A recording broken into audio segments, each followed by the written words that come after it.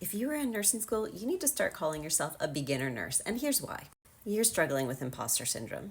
I know this because I've worked with countless adult learners going back to nursing school over my 15 years of experience as a professional nursing tutor, which means I know you're not alone in your feelings. Imposter syndrome is when you feel like you don't belong, like you don't deserve to be in nursing school, like you're not actually capable and you're not sure how you got there. But you want to be there, so you try to hide it from other people so they don't discover your secret that you don't actually belong. Now let me make it clear. Imposter syndrome is not real. It's in your head. It's a very common experience though. Because if you made it into nursing school, you definitely belong there. If you want to be a nurse someday, you definitely belong in nursing school. But when you struggle with imposter syndrome, it raises your anxiety levels in all areas of nursing school.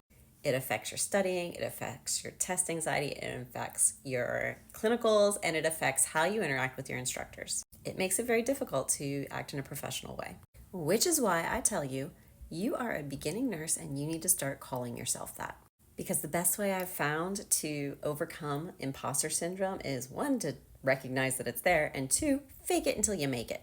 Now, fake it until you make it does not mean that you're going to be going out and doing nursing skills that you don't know how to do yet. But it does mean that you own where you're at right now on your nursing journey, that you recognize you are a beginner nurse.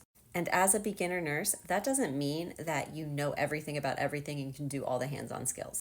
But it does mean you are learning and you are capable of learning.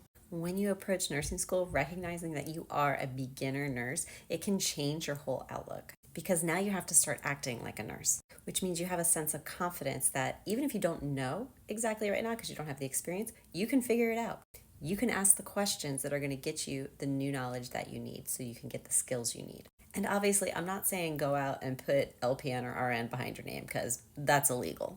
But instead of going around saying, oh, I'm in nursing school, I'm going to be a nurse someday, and hedging and hemming and hawing, look at yourself confidently in the mirror and say, I am a beginning nurse, and I will act like a beginning nurse.